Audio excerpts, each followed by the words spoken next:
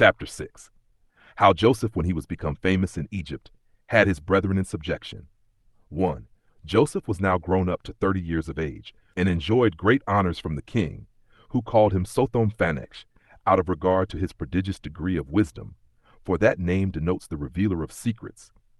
He also married a wife of very high quality, for he married the daughter of Ptephras, one of the priests of Heliopolis. She was a virgin, and her name was Asenath. By her he had children before the scarcity came on. Manasseh, the elder, which signifies forgetful, because his present happiness made him forget his former misfortunes, and Ephraim, the younger, which signifies restored, because he was restored to the freedom of his forefathers. Now after Egypt had happily passed over 7 years, according to Joseph's interpretation of the dreams, the famine came upon them in the 8th year. And because this misfortune fell upon them when they had no sense of it beforehand, they were all sorely afflicted by it, and came running to the king's gates. And he called upon Joseph, who sold the corn to them, being become confessedly a savior to the whole multitude of the Egyptians. Nor did he open this market of corn for the people of that country only, but strangers had liberty to buy also. Joseph being willing that all men who are naturally akin to one another should have assistance from those that lived in happiness. 2. Now Jacob also, when he understood that foreigners might come, sent all his sons into Egypt to buy corn, for the land of Canaan was grievously afflicted with the famine, and this great misery touched the whole continent. He only retained Benjamin, who was born to him by Rachel, and was of the same mother with Joseph. These sons of Jacob then came into Egypt, and applied themselves to Joseph, wanting to buy corn, for nothing of this kind was done without his approbation, since even then only was the honor that was paid the king himself advantageous to the persons that paid it, when they took care to honor Joseph also.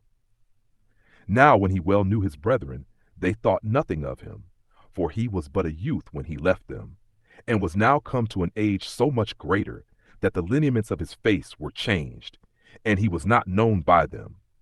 Besides this, the greatness of the dignity wherein he appeared suffered them not so much as to suspect it was he.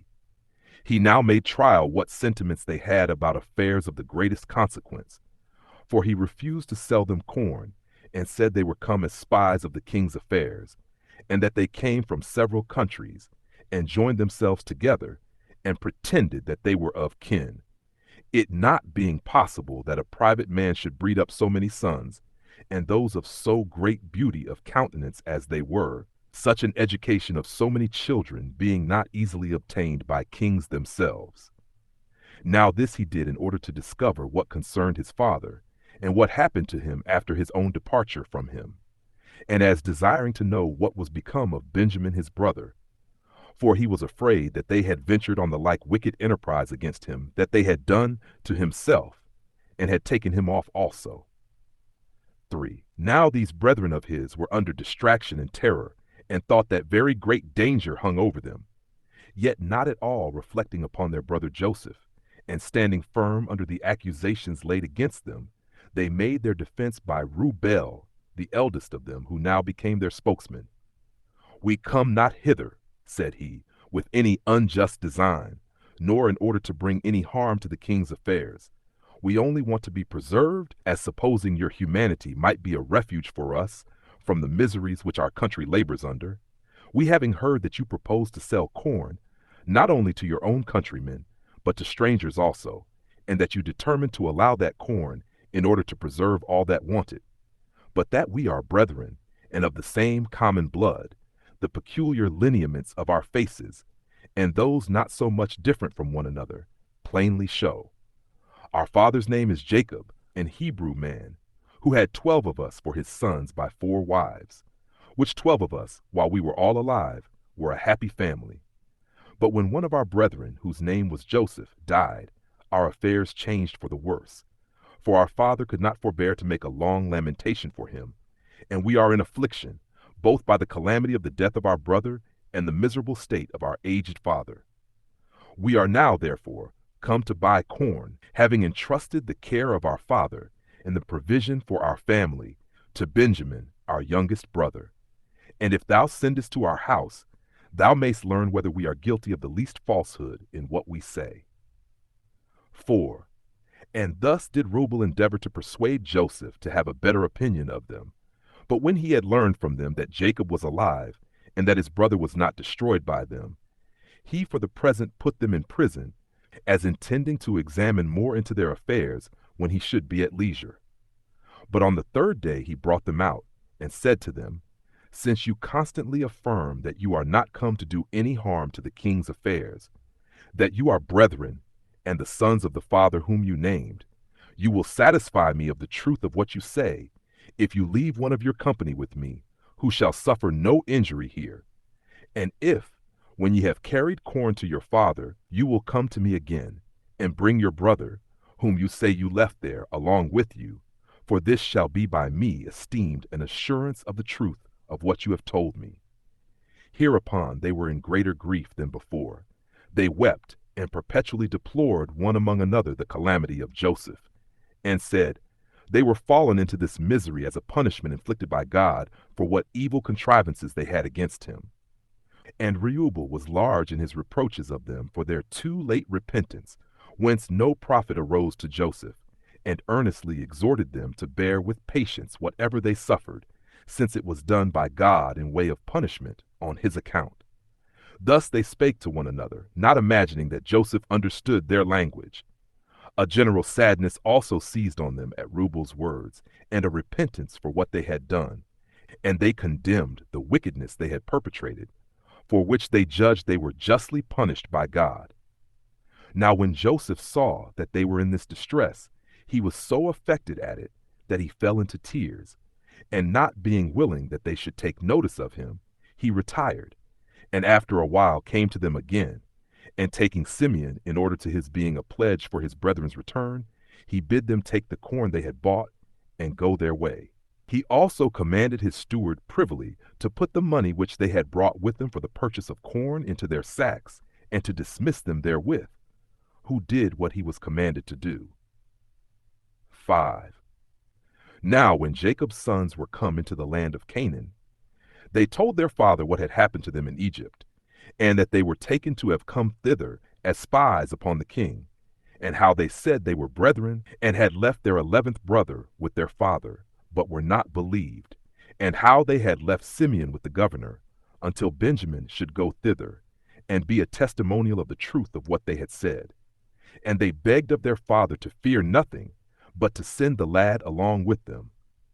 But Jacob was not pleased with anything his sons had done, and he took the detention of Simeon heinously, and thence thought it a foolish thing to give up Benjamin also. Neither did he yield to Reuben's persuasion, though he begged it of him, and gave leave that the grandfather might, in way of requital, kill his own sons, in case any harm came to Benjamin in the journey. So they were distressed, and knew not what to do. Nay, there was another accident that still disturbed them more, the money that was found hidden in their sacks of corn.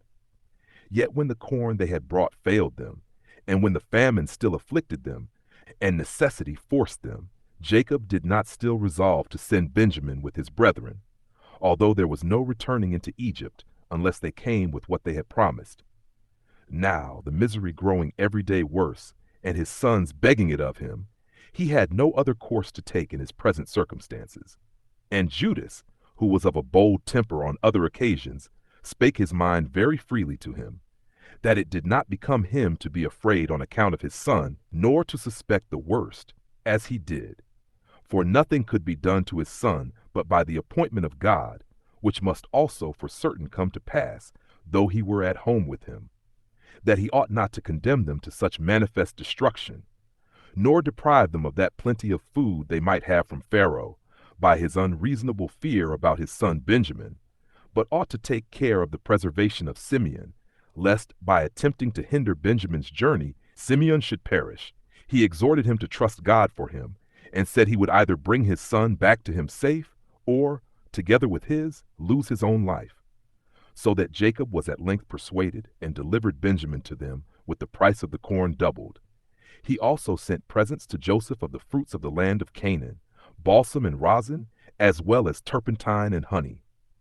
Now their father shed many tears at the departure of his sons, as well as themselves. His concern was that he might receive them back again safe after their journey, and their concern was that they might find their father well, and no way afflicted with grief for them. And this lamentation lasted a whole day, so that the old man was at last tired with grief, and stayed behind. But they went on their way for Egypt, endeavoring to mitigate their grief for their present misfortunes, with the understood. 7. Now when after supper they had composed themselves to sleep, Joseph commanded his steward both to give them their measures of corn, and to hide its price again in their sacks, and that withal they should put into Benjamin's sack the golden cup, out of which he loved himself to drink. Which things he did, in order to make trial of his brethren, whether they would stand by Benjamin when he should be accused of having stolen the cup, and should appear to be in danger, or whether they would leave him, and, depending on their own innocency, go to their father without him. When the servant had done as he was bidden, the sons of Jacob, knowing nothing of all this, went their way, and took Simeon along with them, and had a double cause of joy, both because they had received him again, and because they took back Benjamin to their father, as they had promised. But presently a troop of horsemen encompassed them, and brought with them Joseph's servant, who had put the cup into Benjamin's sack. Upon which unexpected attack of the horsemen they were much disturbed, and asked what the reason was that they came thus upon men, who a little before had been by their Lord thought worthy of an honorable and hospitable reception. They replied, by calling them wicked wretches, who had forgot that very hospitable and kind treatment which Joseph had given them, and did not scruple to be injurious to him, and to carry off that cup out of which he had, in so friendly a manner, drank to them, and not regarding their friendship with Joseph, no more than the danger they should be in if they were taken, in comparison of the unjust gain. Hereupon he threatened that they should be punished, for though they had escaped the knowledge of him who was but a servant, yet had they not escaped the knowledge of God, nor had gone off with what they had stolen, and after all asked why we come upon them, as if they knew nothing of the matter. And he told them that they should immediately know it by their punishment. This and more of the same nature did the servant say, in way of reproach to them. But they, being wholly ignorant of anything here that concerned them, laughed at what he said, and wondered at the abusive language which the servant gave them, when he was so hardy as to accuse those who did not before so much as retain the price of their corn, which was found in their sacks, but brought it again, though nobody else knew of any such thing. So far were they from offering any injury to Joseph voluntarily. But still, supposing that a search would be a more sure justification of themselves than their own denial of the fact, they bid him search them, and that if any of them had been guilty of the theft, to punish them all. For being no way conscious to themselves of any crime, they spake with assurance, and as they thought, without any danger to themselves also. The servants desired there might be a search made, but they said the punishment should extend to him alone who should be found guilty of the theft. So they made the search, and having searched all the rest, they came last of all to Benjamin, as knowing it was Benjamin's sack in which they had hidden the cup, they having indeed searched the rest only for a show of accuracy. So the rest were out of fear for themselves, and were now only concerned about Benjamin, but still were well assured that he would also be found innocent. And they reproached those that came after them for their hindering them, while they might, in the meanwhile, have gotten a good way on their journey. But as soon as they had searched Benjamin's sack, they found the cup and took it from him, and all was changed into mourning and lamentation. They rent their garments and wept for the punishment which their brother was to undergo for his theft, and for the delusion they had put on their father, when they promised they would bring Benjamin safe to him. What added to their misery was that this melancholy accident came unfortunately at a time when they thought they had been gotten off clear. But they confessed that this misfortune of their brother, as well as the grief of their father for him, was owing to themselves, since it was they that forced their father to send him with them when he was averse to it.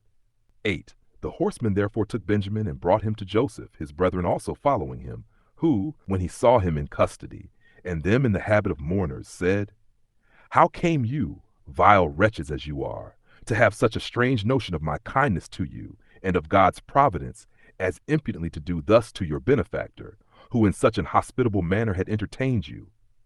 Whereupon they gave up themselves to be punished, in order to save Benjamin, and called to mind what a wicked enterprise they had been guilty of against Joseph. They also pronounced him more happy than themselves, if he were dead, in being freed from the miseries of this life. And if he were alive, that he enjoyed the pleasure of seeing God's vengeance upon them. They said further, that they were the plague of their father, since they should now add to his former affliction for Joseph this other affliction for Benjamin. Rubel also was large in cutting them upon this occasion. But Joseph dismissed them, for he said they had been guilty of no offense, and that he would content himself with the lad's punishment, for he said it was not a fit thing to let him go free, for the sake of those who had not offended, nor was it a fit thing to punish them together with him who had been guilty of stealing.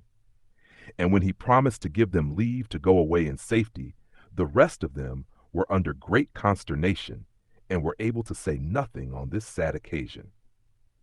But Judas, who had persuaded their father to send the lad from him, being otherwise also a very bold and active man, determined to hazard himself for the preservation of his brother.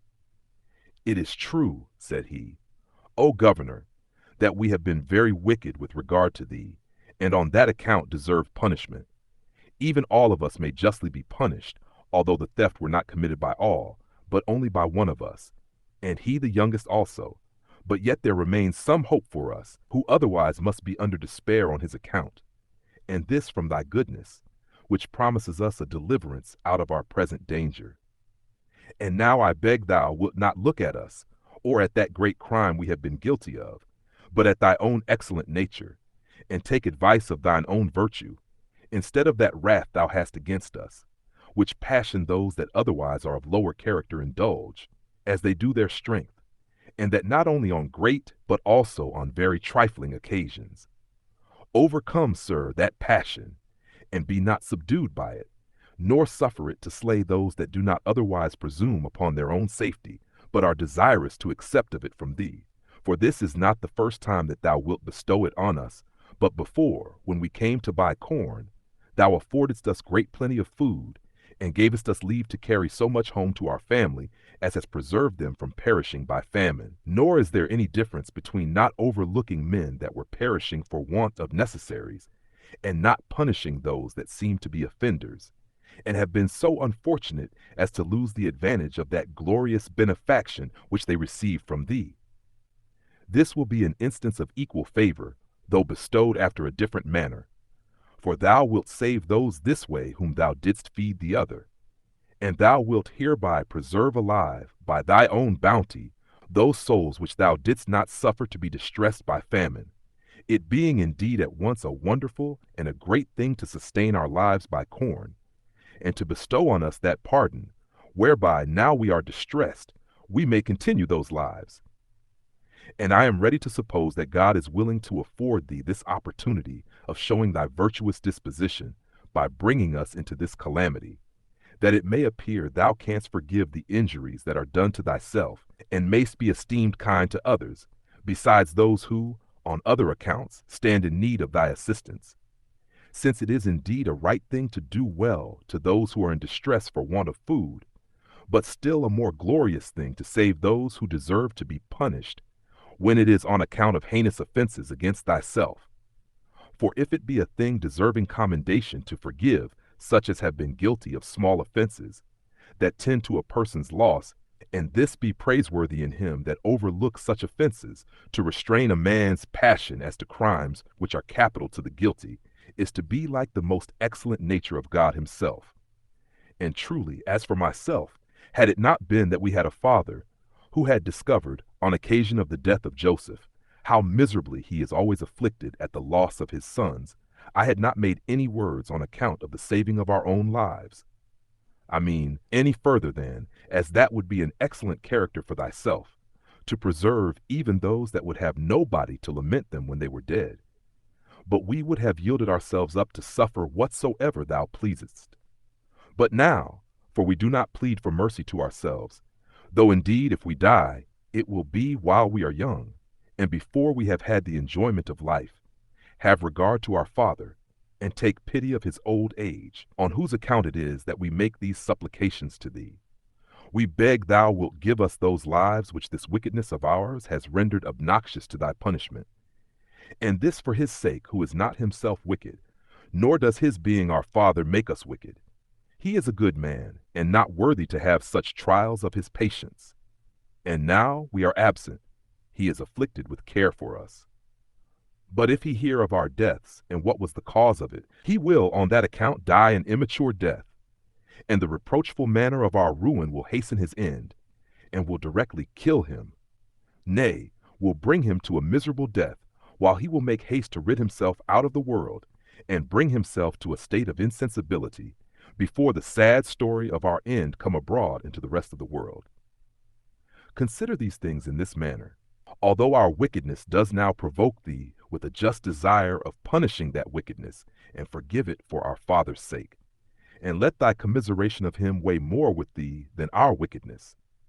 Have regard to the old age of our Father, who, if we perish, will be very lonely while he lives, and will soon die himself also.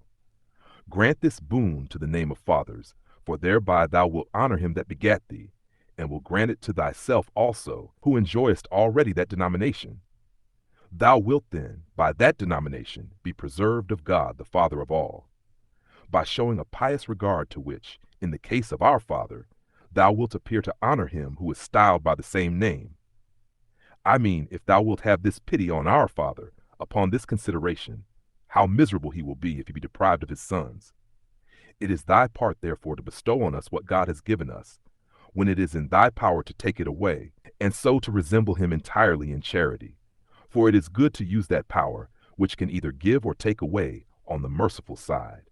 And when it is in thy power to destroy, to forget that thou ever hadst that power, and to look on thyself as only allowed power for preservation, and that the more anyone extends this power, the greater reputation does he gain to himself. Now, by forgiving our brother what he has unhappily committed, thou wilt preserve us all, for we cannot think of living if he be put to death, since we dare not show ourselves alive to our Father without our brother. But here must we partake of one and the same catastrophe of his life. And so far we beg of thee, O governor, that if thou condemnest our brother to die, thou wilt punish us together with him, as partners of his crime. For we shall not think it reasonable to be reserved to kill ourselves for grief of our brother's death, but so to die rather as equally guilty with him of this crime. I will only leave with thee this one consideration, and then will say no more, viz., that our brother committed this fault when he was young, and not yet of confirmed wisdom in his conduct, and that men naturally forgive such young persons. I end here, without adding what more I have to say, that in case thou condemnest us, that omission may be supposed to have hurt us, and permitted thee to take the severer side. But in case thou settest us free, that this may be ascribed to thy own goodness, of which thou art inwardly conscious, that thou freest us from condemnation, and that not by barely preserving us, but by granting us such a favor as will make us appear more righteous than we really are, and by representing to thyself more motives for our deliverance than we are able to produce ourselves. If, therefore, thou resolvest to slay him, I desire thou wilt slay me in his stead, and send him back to his father. Or if thou pleasest to retain him with thee as a slave, I am fitter to labor for thy advantage in that capacity, as thou seest, and better prepared for either of those sufferings. So Judas, being very willing to undergo anything whatever for the deliverance of his brother, cast himself down at Joseph's feet, and earnestly labored to assuage and pacify his anger. All his brethren also fell down before him, weeping and delivering themselves up to destruction, for the preservation of the life of Benjamin. But Joseph, as overcome now with his affections, and no longer able to personate an angry man, commanded all that were present to depart, that he might make himself known to his brethren when they were alone. And when the rest were gone out, he made himself known to his brethren, and said, I commend you for your virtue, and your kindness to our brother. I find you better men than I could have expected from what you contrived about me. Indeed, I did all this to try your love to your brother. So I believe you were not wicked by nature in what you did in my case, but that all has happened according to God's will, who has hereby procured our enjoyment of what good things we have, and if he continue in a favorable disposition of what we hope for hereafter. Since, therefore, I know that our Father is safe and well beyond expectation, and I see you so well disposed to your brother, I will no longer remember what guilt you seem to have had about me, but will leave off to hate you for that your wickedness, and do rather return you my thanks, that you have concurred with the intentions of God to bring things to their present state. I would have you also rather to forget the same, since that imprudence of yours is come to such a happy conclusion, than to be uneasy and blush at those your offenses. Do not, therefore, let your evil intentions when you condemned me, and that bitter remorse which might follow, be a grief to you now, because those intentions were frustrated. Go, therefore, your way, rejoicing in what has happened by the divine providence, and inform your father of it, lest he should be spent with cares for you, and deprive me of the most agreeable part of my felicity. I mean, lest he should die before he comes into my sight, and enjoys the good things that we now have. Bring therefore with you our father, and your wives and children, and all your kindred, and remove your habitations hither. For it is not proper that the persons dearest to me should live remote from me. Now my affairs are so prosperous, especially when they must endure 5 more years of famine. When Joseph had said this, he embraced his brethren, who were in tears and sorrow. But the generous kindness of their brother seemed to leave among them no room for fear, lest they should be punished on account of what they had consulted and acted against him. And they were then feasting. Now the king, as soon as he heard that Joseph's brethren were come to him, was exceeding glad of it, as if it had been a part of his own good fortune, and gave them wagons full of corn and gold and silver to be conveyed to his father. Now when they had received more of their brother part to be carried to their father, and part as free gifts to every one of themselves, Benjamin having still more than the rest, they departed. Chapter 6 complete. Thank you for listening to the Antiquities of the Jews by Flavius Josephus, Book 2, Chapter 6, presented by the Chronicles of Josephus Audiobook. If you've enjoyed this chapter, be sure to continue the journey with us. Follow us into the next chapter, Chapter 7,